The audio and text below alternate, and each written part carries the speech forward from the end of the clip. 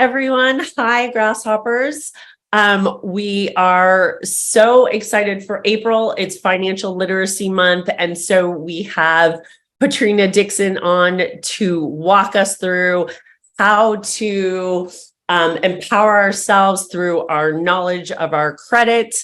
Patrina, I feel like this episode has been like a very long time coming. I think we met back in April during the Be Fearless event. Yes, we sure did. Absolutely. And you're right, long time coming.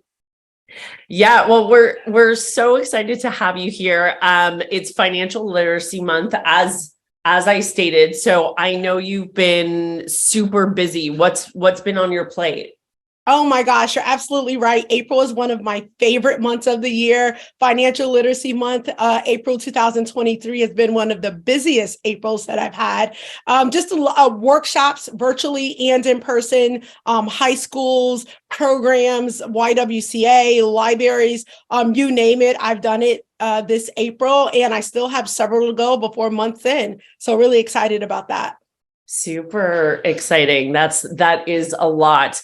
How is the whole sort of the economic landscape playing into what you do and just sort of people's questions around their money? Yeah, people, there's a little bit of a scarcity mindset, right? Like people want to know how to save more because things are unstable, either with the market or even now with the recent bank situation that we had not too long ago in Silicon Valley, and the job market. So when I say job market, because there's a lot of jobs available, but sometimes people are working for employers that may or making decisions that may not align with the person's desires, like going back to work at home or things like that. I should say they work at home and they're being asked to go back into the office. So some of those things, people are a bit more scared in spending and are now trying to save more and want to understand a little bit better about that. Yeah.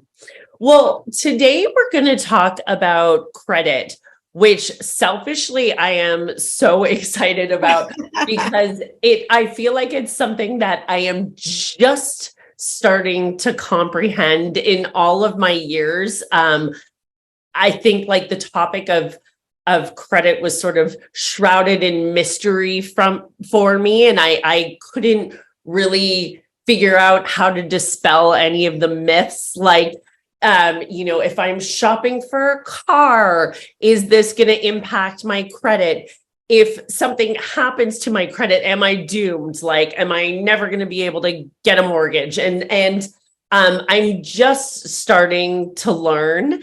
I feel like it wasn't anything my parents ever taught me. It isn't something really my friends and family talk about. And so I just kind of wanted to give this to the Grasshopper audience, because I think often with young professionals, like we talk about what we're earning and then also what we're saving. But a lot of the time, like we're in our early years and there isn't a lot to save. So it sort of like goes in one ear and out the other. But I feel like with credit, it's something that we can slowly build our knowledge and build upon and set ourselves up for success. So I'm super excited for this. But I want to start with you. Can you tell us a little bit about yourself and what you've built here? What gets you excited? Maybe give us tell your story, your background, and how you got to where you are. Yeah, absolutely. I'm actually going to advance one of the slides because it has a little bit of information and it's actually a cool picture. I love that new photo.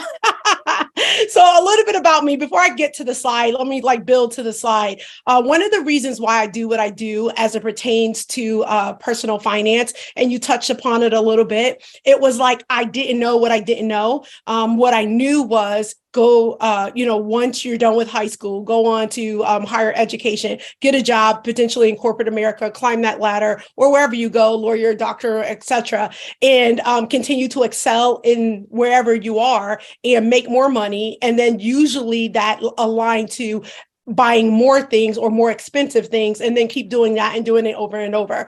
When I learned how to do money differently, not so much I needed to make more, I needed to think differently about it. I need to know how to protect it. I need to know where to store it. I needed to know how to earn it passively. When I learned how to do that, which included credit and how to use that responsibly, I wanted to go around and teach everybody how to do it. So that's how I got started. It was more of me being a student of how to do mine better so I could be a better steward of my own money. And once I mastered that, I wanted to teach everybody how to do that. So that's a little bit about the why I got started.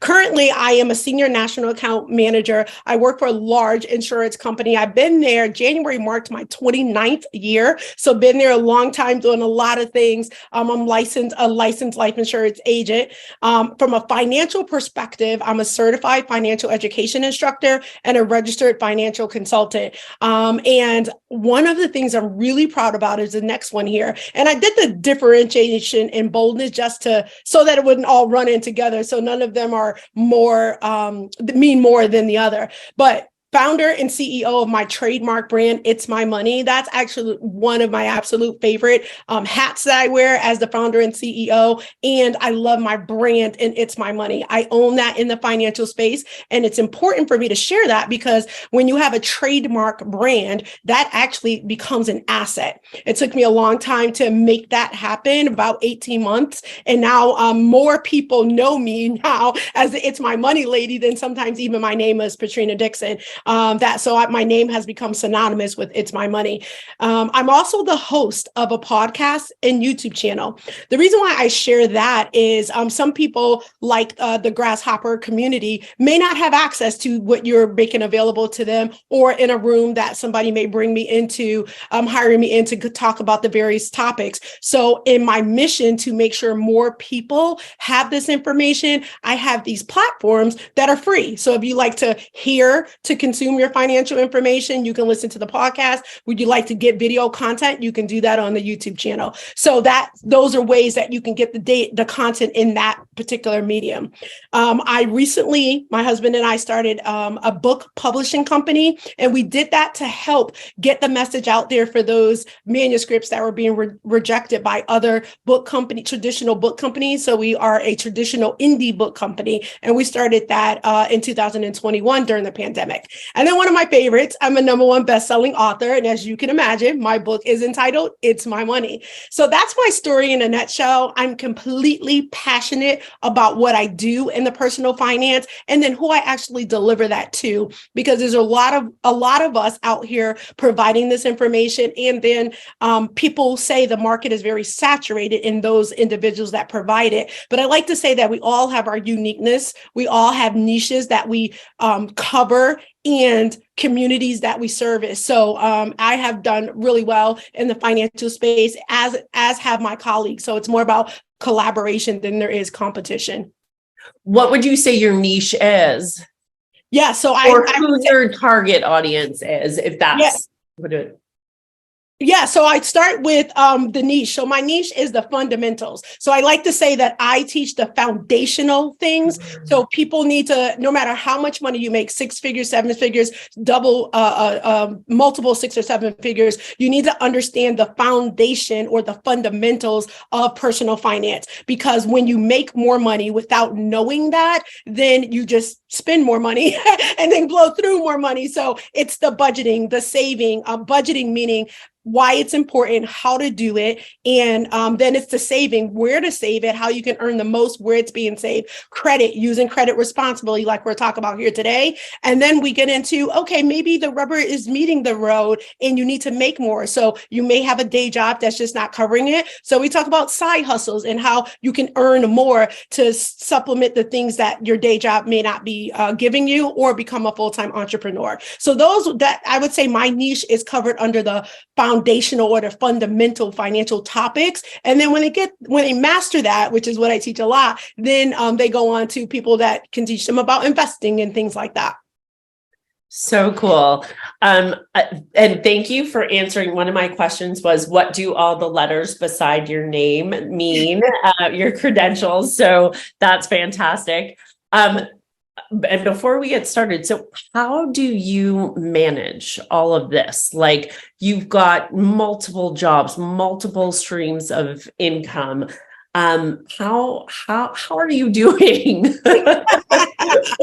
So you know what? That's a great question, and it's because I have a fantastic team. Like, I am what I would call the face of all that you see. But as soon as the presentation shuts down and the laptop closes, everybody else takes charge. So when the slide you see before you, like, I couldn't do it if I tried, or it'll take me 10 weeks to do so when they can do it in a half hour. So I have assistants for my podcast. I have an operation manager. Same for my YouTube channel. I have I also have a blog I didn't talk about, but I have folks that put that together. So I give them the content and they kind of make it what I like to say optically pleasing to those that may go and read it. So it's just a whole host of folks that have I like to call them my team. They don't work for me, that we work together to make what you know as It's My Money come forth in front of you.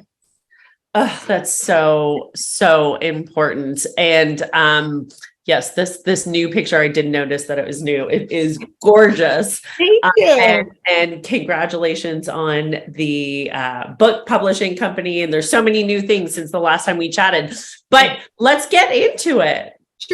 Sure. So I'll go with the first slide. Today's topic is credit, and I'm going to cover credit in a couple different ways. One is what credit is and how to, I would say, use it to your advantage, things that you need to understand so that you can use it to your advantage. And then we're going to talk about credit scores and the differences between two methodologies and the one that you need to understand the best and know when you're looking at your score, which methodology is being used for that particular score. Okay. Perfect. So what is credit? That's a question that we need to just start off with. Like, what is credit? I know a lot of people think the plastic thing that you get from the store that gives you the ability to go and buy something without money. That is a form of credit. That's not the only form of credit. So the way that I like to define credit, and actually this isn't my definition, I did get this offline, but it's the ability to borrow money or access goods or services with the understanding you would pay it later. So you go to finance a car, you walk into the car dealership, you walk away with a potentially $30,000 vehicle without giving them much or anything at all. And then you promise to pay back every month a certain dollar amount. The same with the home. You can mortgage a home and pay a certain amount by the way of mortgage for the loan that you've gotten from the bank or credit union, and say that you'll pay that a certain dollar amount.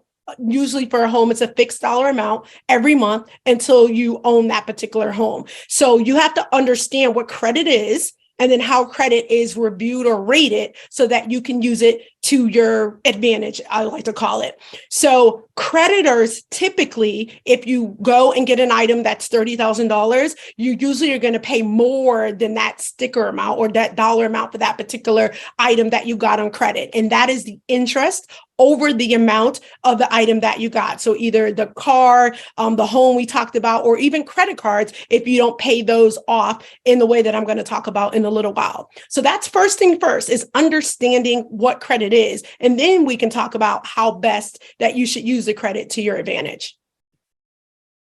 So what is your credit checked, right? Like, you may say, Patrina, why is this important? I don't know. I got plenty of money. I don't really need credit. So when you go to do these various things on the list, and that is like renting an apartment, buying a house, buying a car, getting a loan, yes, life insurance, yes, car insurance, there are many times when your credit is checked. Now, what you see on the screen is not an all-inclusive list, but it gives you a sense of a lot of things that you do every day when you adult, because adulting is the thing, right? When you're adulting, these are the various different opportunities where your credit is checked, and depending on your credit score can determine how much you have to pay for either one of these things. Now, it doesn't mean you can't get it or get access or be extended credit, but it's how much you pay over by way of interest based on your credit. And we'll talk about that in a little while.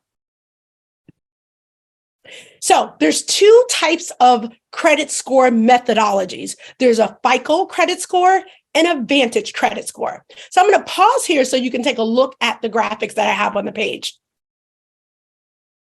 As you can see, the FICO credit score, the way that the pie, if you will, is broken up, you have payment history represents 35% of your score. When you look at the Vantage credit score on the right side of the page, you see that the payment history represents 28.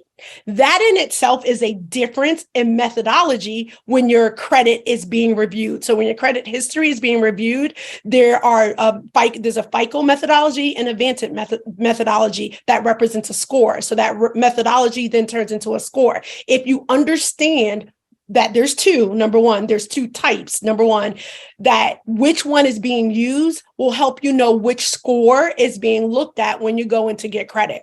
So I'm going to give you a little hint. Thank you for listening to this today. When you listen to it, the FICO credit score and the versions of is what most creditors look at. The credit score that you see in Credit Karma and places like that, apps like that, that's a Vantage credit score. It doesn't mean that you can't look at that score. You just need to understand that it's different, the Vantage one, different than the one that when you go get the car, when you go buy that home, when you look for that apartment, they're looking at your FICO credit score. Now, underneath FICO, there's many different types, but overall, you need to know at a high level that the FICO score is what they look at. And then on the page, you can look for yourself. You can see the various differentiating numbers between the FICO and the Vantage score. Really important for you to understand this. And as we move through the presentation, you'll see why. So again, FICO, most creditors look at your FICO credit score. Vantage credit score, different methodology, not wrong, just different.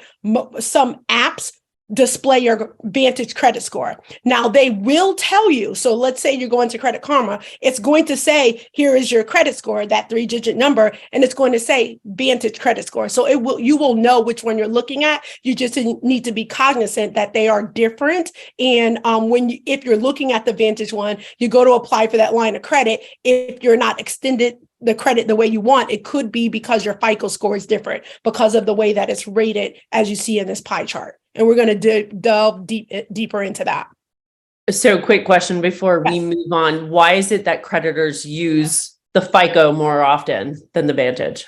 Yeah, that's a great question. FICO has been around for a lot longer than Vantage. Vantage is a new methodology, and some are and use Vantage today, but not overwhelmingly, where I would suggest you focus in on that one at this point in time. Now that can change, and that's why it's important for you to stay in tune with what is going on relative to your credit score, or come to more sessions like this so you'll know when we know that there's more creditors using the Vantage than they are of the varying different levels of the FICO score. Okay, cool. Thank you. You're welcome. So let's break down the FICO score a little bit more. So I want you to pay attention to this in the way that it's weighted, right? Because there are 5 components of your FICO credit score. So it's the payment history, the amount owed, the length of history, the credit type, and the new credit type. So we talked earlier that this session is going to help you use credit to your advantage. The way that you do that is understand how credit works, right? You now know what it is. You now know the type of score, the scoring methodology that's used by most creditors. And then we're going to talk about how you can use each of these to your advantage. So I broke it down a little bit in a different way for you. So if you see to the left, it has the circle, similarly to the pie chart I showed you before, but I'm going to use the words on the right that you can understand what each of these percentages mean. So 35%, and this 35% of 100 is your payment history. What in a nutshell is on-time payments. So at a bare minimum, you have to make your payments on time. Let me say that again. At a bare minimum, you have to make your payments on time.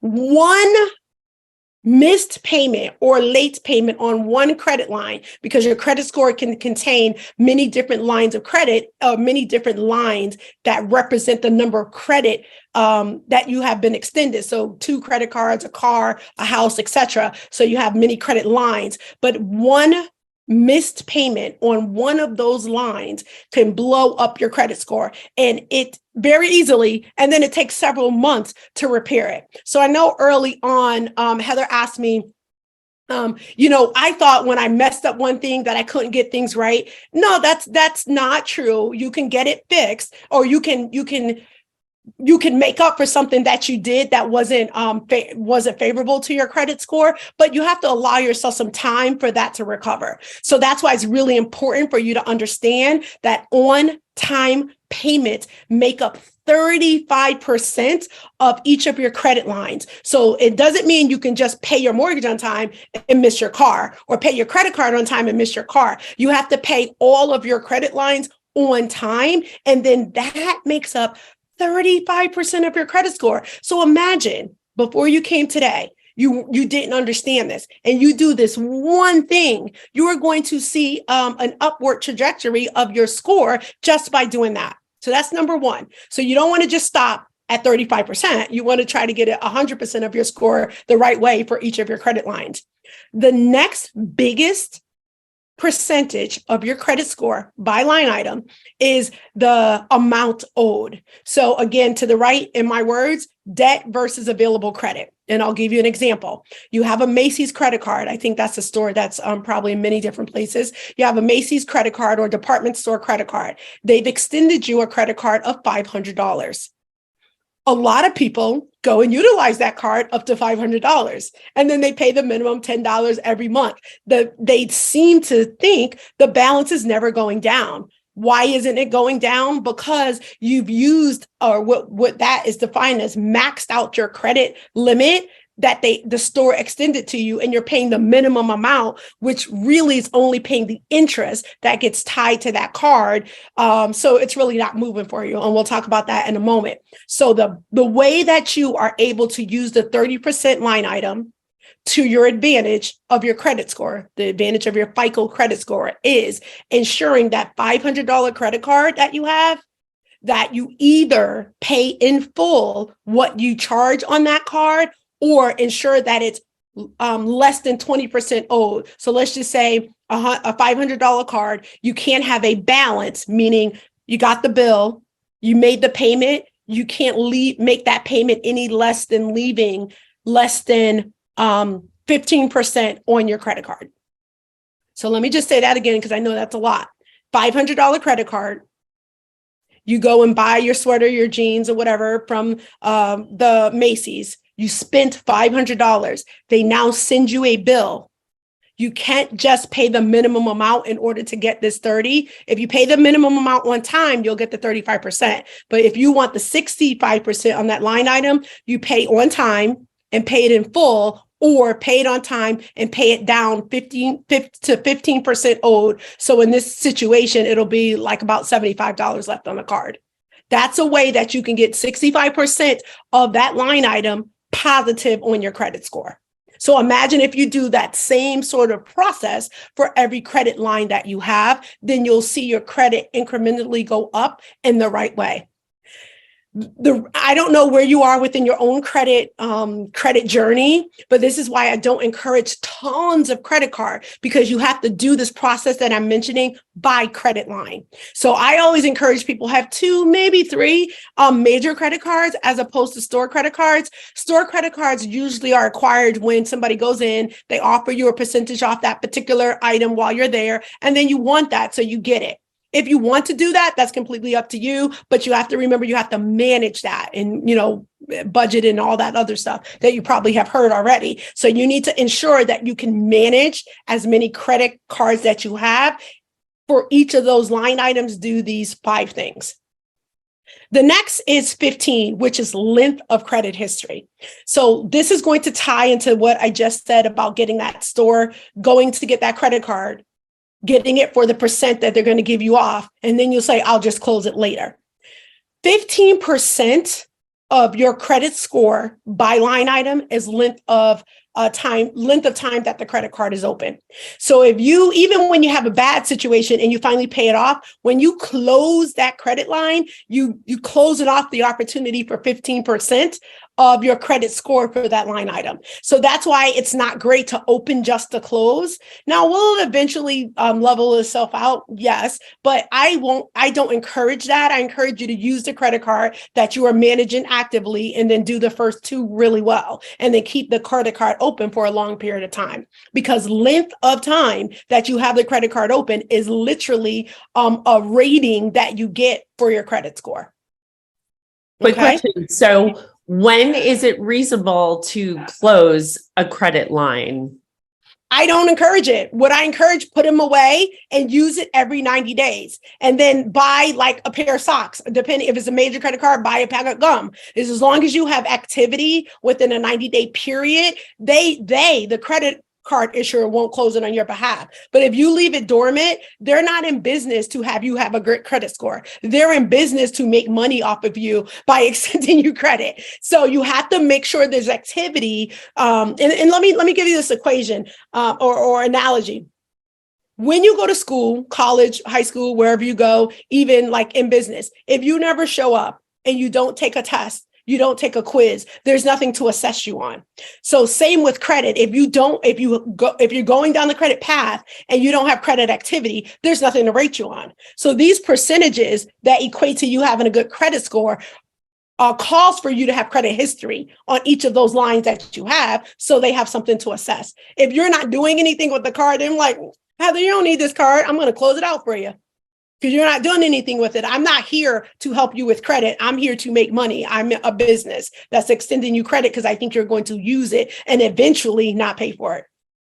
That makes so much sense. Thank you so much. You're welcome. Okay, now various other, so the next 10% is on credit mix. So there's different types of credit. You have credit cards from stores, you have credit card, major credit cards, and then you have like your car, your student loan, your mortgage. Those are different types of credit. So one is installment credit, meaning you got a bigger ticket item, you have the same amount that you have to pay for the length of time that you have that loan. Then you have credit cards where that amount can vary depending on what you purchase on that credit card. You get actually a good guy, if you will, on your credit score, 10% of having a mix of credit. So for somebody that has a mortgage and a car and credit cards, they're doing the other things above, they're getting a good guy for having the fact that they have a mixed. And I get this question a lot in case you all are wondering this. Why is that? Like, why do I got to have that stuff if I don't have it? The credit, again, is a characterization, or it shows the credit company card that's looking at it, or person looking at it. This person, remember I talked about earlier, was extended credit by way of this card or a device or a house or a car, and they walked away with this large item and didn't pay me anything, but paid the company anything, but they paid back as they said they would. In the bigger items, car, home, student loan, different than credit card, like the 500 Macy's, you did that and you did that well. You seem as though you're more responsible when you can manage various different types of debt. So that's why that one is looked at a little bit differently and weighted accordingly. So just to sum up this page, your rating of your score, biggest item is paying on time. The second biggest is don't max out your credit cards. If you do just those two things for every line item you have, your credit score will begin to go up just by those two factors. And then you want to do the others. The way that you can do that, if you're not doing that well today, is start with managing your money. And I'm going to say, it's my money lady. You have to start by budgeting and then add the line item in your budget for the various different credit cards to ensure that you're paying them off, or paying at least not carrying more than 50% of each of your credit on your credit availability. The paying on time, this is very important. If your credit card is due, like I think this upcoming Friday is the 21st, and your credit card is due on the 20th, but you get paid on the 21st, you're like, oh, I'll just pay it tomorrow, it's just one day late. Then you've knocked off the 35%. You needed to have paid that credit line when you got paid 2 weeks ago, because that was going to become due before you got paid again. So that's why it's back to money management and budgeting to know when your bill was due so that you're not late, because even that one day late will mess you up. Okay, so what if we do overspend? How do you feel about payment plans? How do they impact your credit? Yeah, so that's a great question. So let me restate. I encourage you to budget. I encourage you to sit down with your money, know what you have coming in, what you have going out, and going out meaning that needs to be paid against your credit cards, and know the dates for which you need to do that.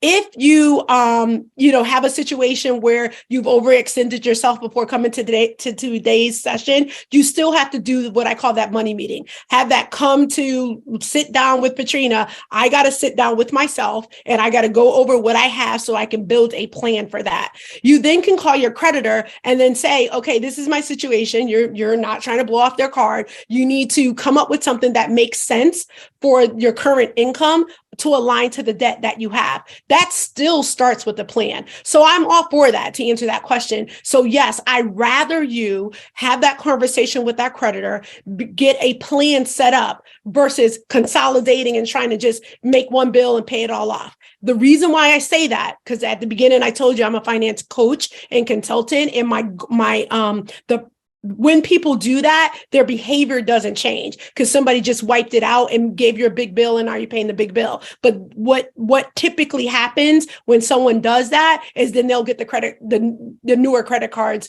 sooner than later. And then your behavior to the way you tackle paying off your credit cards has not changed. So planning, yes. Creating a plan with the creditor, yes. Consolidating debt just to make it one payment and not try to handle it all because it's overwhelming. When you go through and tackle it, I promise you're not going to want to get in the situation again. Okay, thank you. You're welcome. Okay, so let's talk about credit scores, right? So we talked about the methodology that you're going to begin to follow is the FICO credit score, right? And it is a way to determine if you're a risky person or not to extend credit to.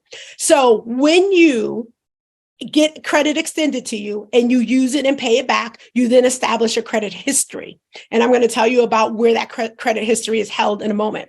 But what happens is those credit bureaus that I'll talk about, they then create a score based on your credit activity. And I put in red here where most Americans lie right now.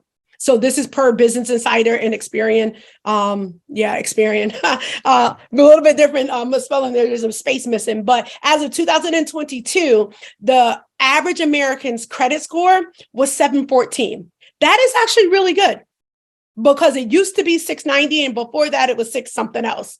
So now this is American, so across America, not in one geography, not one type of person or whatever. So that actually is a decent credit score where you can get extended credit to you and you don't have a high interest rate. The credit score you want to aim for is 720 and above. And when you get to a 720, a lot of people like to have their score start with an 8, but once you get to 720, you're treated as if you are great with credit. 720 to say 780, it's a really hard score to get to and sustain is what I want to say. It's not that difficult to get to, it's hard to get to and sustain. And the way that you do that is based on the stuff that I told you earlier. So this is the scoring methodology. The methodology is FICO. The score breaks fair, low, good, and excellent is based on FICO credit scores as well. So then you may say, well, who keeps the score? Where's this information stored? There are 3 credit bureaus in the United States: TransUnion, Equifax, and Experian. TransUnion, Equifax, and Experian. I don't care if you don't like them. I don't care if you don't know who they are. They are the keepers of the data. Now, let me say this again. They are the keepers of the data. They are not the validators of the data.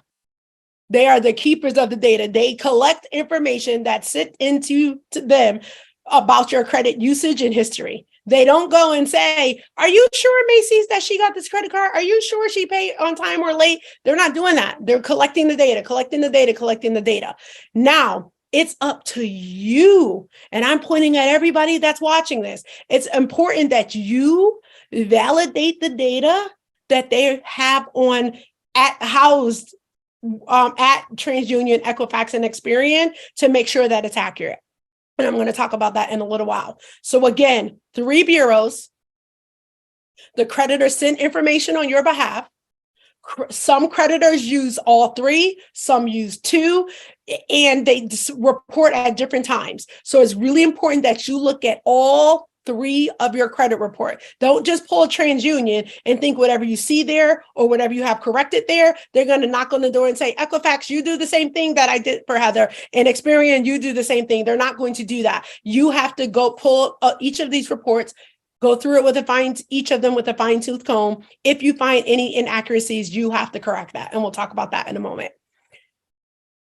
The way you can go and check your credit report is you go to annualcreditreport.com.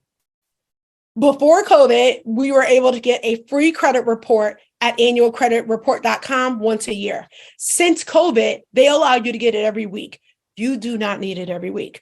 I encourage you to at least get it once a quarter. If you're a bit more A-type personality, you can get it every month. The reason why I say that that's not necessary, because you don't know the timing for which each creditor is going to report within the month. So you're not going to see a material change every month on every line item that you have. So at least quarterly, you want to get it. If you want to get monthly, you can do so as well. And again, if you want to get weekly, you can. Because I really want you to sit down and review it and really go through it with a fine tooth comb, weekly is going to be overwhelming, especially if you've never done it before. So I encourage you to go to this. If you don't do anything else that I've said here today, go to annualcreditreport.com.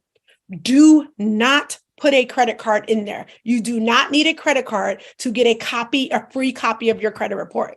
Now, remember I told you there's 3 bureaus. You need to get a copy of each of the credit reports from each bureau. You can get all 3 of them at this particular website here. This will not give you your score for free. This will give you the free FICO credit report at this particular site. If you search and say free credit report and another site comes up, and then you go in and they say, okay, you put your credit card, but we're not going to charge and all that, you're on the wrong site. Annualcreditreport.com is where you need to go. Did you have a question? I do. So pulling this, will this impact your score? Because I know sometimes pulling your credit does. Yes. So there's a very nominal impact to your credit score that will only be briefly. It is worth the small impact that you would get that will be moot, within the next month. Okay. Okay. So if you go through the fine tooth comb and you find that there's something incorrect. Now, my name is Patrina Dixon, Patrina Dixon. I've never been Patricia, but somehow I get in writing, my name is Patricia very often. My last name is Dixon. Somehow it's Dickson, Dixson, all types of ways it gets submitted to the credit bureau. That's wrong. It's not also known as. I'm never known as that. I'm always known as Patrina Dixon. Maybe sometimes it's my money lady, but never Patricia. The thing I'm trying to show you here is you don't just check for, is this my bill paid right or not? Check the spelling of your name. Check to see if your apartment number is correct. Check to see if it says you lived at this address and that address and you didn't do that. So you want to make sure you go with a fine tooth comb. Now, if they also are reporting something you paid late, it said you paid late and you did not, or you have a credit line that you're not aware of, you want to send a letter to the bureau that's reflecting it incorrectly. And the way where you can do that is when you pull that report, the credit report that I told you to pull at annualcreditreport.com, it'll have the address for you. I encourage you to do this via paper and then in actual mailing. Keep a copy of it. The credit bureau is required by law to respond to you in 30 days with whatever the status is. The status could be either, oh, okay, I'm sorry, Mrs. Dixon, we've made the necessary corrections. Here's your updated credit report. And if you have a large credit report, they may just send you the one page where they made the correction. If they say, oh, yeah, we got validation. Now, this is when they validate. Now, when you challenge them, then they may go and validate the data. If they got information to say that it's accurate, they will tell you that. So they will respond with one or the other. Okay, you're right. I've made that correction. Here's the updated report. Or no, yeah, I did validate. Patrina did lend you, extend credit to you and you never paid her back. And when I say Patrina, think of me as a company or a store, not a person. An individual person credit situation doesn't go on your credit report unless they sue you, and then it becomes a civil suit or something like that. So yes, Macy's did say they extended your card, you never paid, and this is accurate. So they will respond with that within 30 days. Now, here's a secret. If it's something that's more than 7 years, it shouldn't be on your report anyway. So you need to even if you did not pay it after 7 years, it should wipe off. Again, they're the keepers of information. They're not going to say, let me go through each one of these reports and see where the 7 years is and then wipe it off. You have to do that. So if you do have a stale or old credit line, you want to make sure that you contact them to have that removed. The way that you know it's there and you know what the aging time is by pulling that report that I talked about earlier. Okay. Now, the other thing, little trick, if something is 6 years old, and let's just say the store is closed, it hasn't been purchased, the debt hasn't been purchased by a collection agency, you go out to the credit bureau, likely of them trying to being able to validate that is not there. But they're not just going to drop it. If you never saw it on your report and challenge it, then it'll just be there. So that's why it's really important that the first step is do yourself a favor and pull a copy of that report so you know what's there and then you know what to challenge or not. Okay, real quickly, good credit versus bad credit. The left side is good credit. My right is bad credit. This is a quick depiction to show you very high level numbers. This is somebody going out to buy a car that's $15,000. You have a person on the right buying the same car as the person on the left. One person has good credit, one person has bad credit. And then you can look at this very closely as you look at it yourself. But the bottom line message that I want to leave you here with, both people got the car. Both people got the car. One person is paying more a month. One person is paying more in interest, which is the amount over the price of the car. The person on the left with the good credit, total price for the car was $15,943, which is $943 over the price. The person with the bad credit, they're paying $4,794 over the price of the car. So just let that marinate for a minute. Now think about that being a house. Thinking about that being a car that's $30,000. Think about, that's how you have to think about it. You can still get it. Some people that you live next to, drive with, sit in the office with, they may have whatever it is that you like or want or aspire, but you don't know how much you're paying for it because you don't know what their credit score is. So don't be overwhelmed by the comparison of what somebody else has. I like to say personal finance is personal and credit falls under that. Worry about what you have, how you can use it to your advantage based on what I've shown you. And then make sure when you do buy whatever you buy and get it on credit, you are getting the best deal for it. And if your credit is not at the place where you're ready to get it, just keep doing the things I talked about earlier and then go and get whatever it is so that you're paying only the $943 over versus the $4,794. So definitely possible. The other thing I want to say here is because I get asked this question and I'm not sure if it was going to be asked here. So let me just say it. How long does it take for my credit to change, right? That's a question that I get. So let's just say that you're as mature as I am. That's what I like to call people that are older. If it took me the number of years that I am, that I have been an adult to get into a credit hole, it's not going to take me 5 seconds to get, or after I listen to this, to get out of it. So give yourself some time, pace yourself, build yourself, as Heather mentioned, a plan so that you can work towards having your credit get better using the advantage ways that I talked about earlier, and then go and then get the items that you're trying to get so that you're not paying a lot for. For the items that you have today, house, car, insurance, etc., and you have worked and got your credit right, and those are like bigger ticket items that take a long time to pay, you can then go back to those places and say, hey, my credit score was X when I got this. Now I'm at a whatever number, 800. Can you relook at this to see if I can get a loan at a lower rate based on what my credit score is now? So that's a way that you can use a refreshed higher level credit score to your advantage. So now it's, okay, Patrina, I'm so excited. I want to do everything that you told me. How can I increase my credit score? I know I need one. I haven't had it. I didn't know about all of this stuff. The first thing, especially if you already have credit, pay bills on time. I said it twice here. Pay bills on time. Very first thing that you need to do. Then budget.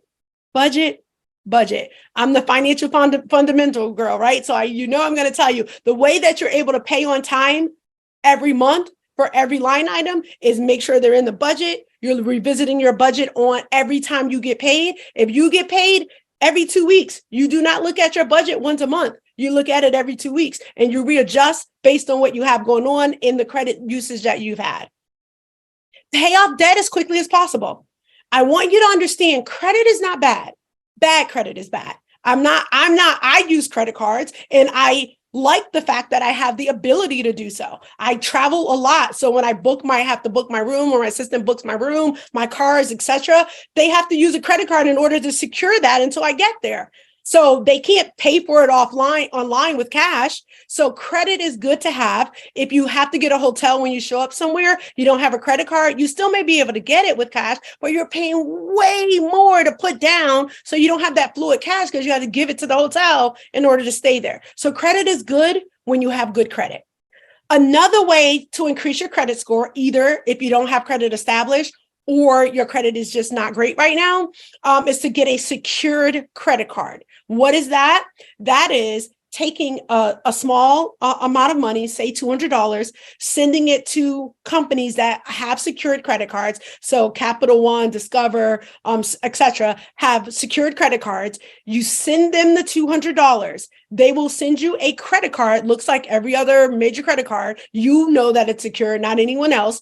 And the credit limit that's extended aligned to the amount of money that you put up to secure the credit card. Now, this does not mean you don't need to pay on time. You can't max out the card. The same things that we talked about before, you still have to do even with the secure credit card. But what this does is they don't say no to those places that don't check your credit score. If you gave them the money, they'll give you the card for that money. You cannot use the money you gave them to pay the bill. That is their security that they're not going to lose by extending this risky person by way of a credit card. So that's a way to help build your credit. So if you get a secure credit card, hopefully you're of mindset that I'm going to do credit differently, because if you get this and still mess it up, it's just going to make you go further into the hole. The other thing is use credit responsibly. And that's all the things that I talked about earlier. Do not carry a high maximum. So if you just can't pay off the entire amount of the credit card, make sure you stay down anywhere between 10 and 20% of the credit limit that's extended to you. Now, this one I put on the page. I'm not sure of how old everybody is that's watching this, because it really doesn't matter the age. If you're 18 or older and you're even as mature as I am, you can be an authorized user on someone else's credit card. Okay. I only encourage that if the person that you're going to be an authorized user on has great credit. The flip side to that, if they extend that to you, and you mess up their credit. At the end of the day, the person whose credit card it is responsible for the credit card. So when they add you as an authorized user, they put your social, your name, you get the credit card with your name, and you can use it wherever you go. But that person who extended it to you is responsible for the bill. So oftentimes this is used, and I did this for my daughter. My daughter went off to college. I had her as an authorized user on my American Express.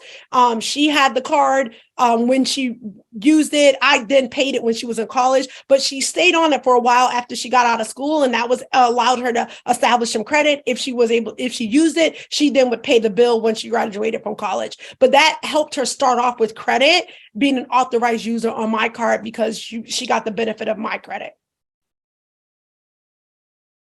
Okay, so before I leave here, this is what I'm going to tell you.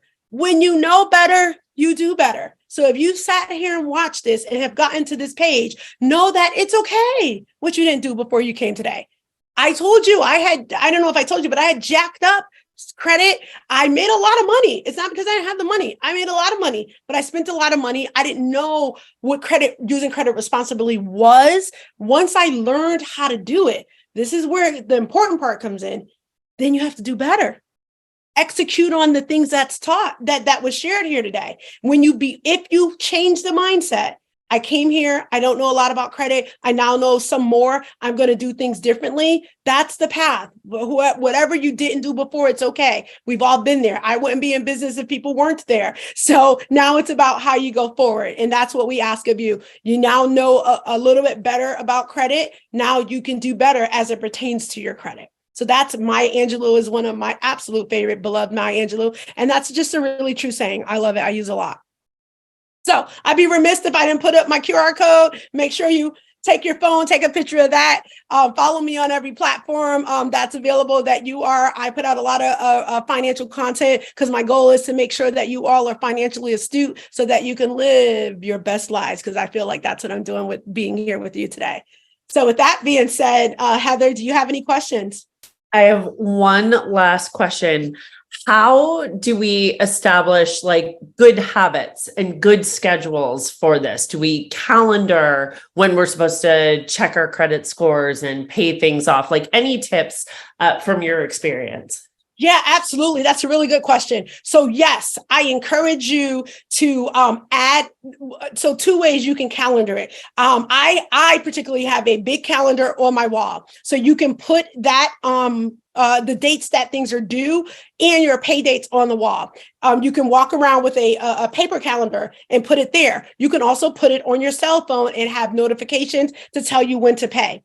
The important thing is you can't just know how much you owe a credit card. You have to know when your bill is due. So you want to put in your phone, if your bill is due the Wednesday after you got paid, you really have to pay it the day that you get paid. Don't wait until the Wednesday to pay it, because then you may have spent your paycheck, unfortunately, and then you wait to the next one, and now it is late. So yes, calendar it in your phone, paper calendar, or like in your Google Calendar or something like that, where it's going to give you a reminder, a place that you would go every day. So although we travel with our phones every day, sometimes we got a lot of notifications coming through the phone, which is why I don't use that, because I'm just overwhelmed by notifications. So I look at this calendar that's in front of my office desk, office computer every single day, like I live by my calendar. So if you have to do what's best for you, if your phone is the best route, then go ahead and use that. And you can do more than one route. You can put it in your phone as well as on the wall, as well as in the paper calendar, whichever works best for you. Awesome. Thank you so much. This has been so helpful. Yes, everyone contact Patrina. And my favorite thing about contacting you, by the way, is your I don't know if it's officially your out of office message or just like the auto message that comes back to whoever's emailed you, because it is packed full of like really great resources. So thank you for that. And thank you for joining our community today. And thank you for everything that you're doing. This is such an important topic, just like the basics, the fundamentals that often like we don't learn growing up are so important. So it's great to have someone like you giving us that knowledge. Oh yeah, absolutely. I appreciate you and all that you're doing for the Grasshopper community, and for actually even creating it. So thank you, and Alexa, for what you do. And the great thing about what I get to do now is, although I'm certified, and I talked about that earlier, but the life experiences really contribute to what I do. And I don't want anybody, and like I said earlier, to feel bad about what they didn't know. If you didn't know it, you didn't know it. And it's about now you know it, and you have the opportunity to change that around. And that's why I'm working really tirelessly, in my state at least, to try to get this information to our high school students. So before they graduate from high school, I'm advocating. I actually had the opportunity to speak at the educational committee to testify why this is important, to try to get the bill passed in Connecticut. It's now has been passed in 17 states. And we're trying to get passed for them to get a semester-long course, required personal finance in high school before graduation. So cross your fingers for me. Hopefully that it right now I have bipartisan support to get out of the education committee, and hopefully that Connecticut will be the 18th state. It's so important. Like, I cannot believe personal finance is not taught to any of us growing up. I talk about that ad nauseum now that I have little babies and trying to sort of like instill little tips and tricks and just I feel like I would have been so much better off had I known sort of the basics and the fundamentals. So yay for you. Thank you for doing that. Thank you. Absolutely. Crossing my fingers. Absolutely. Absolutely. So, do you have any other questions? That is it. Thank you for being here. Thank you from all of us. Mwah.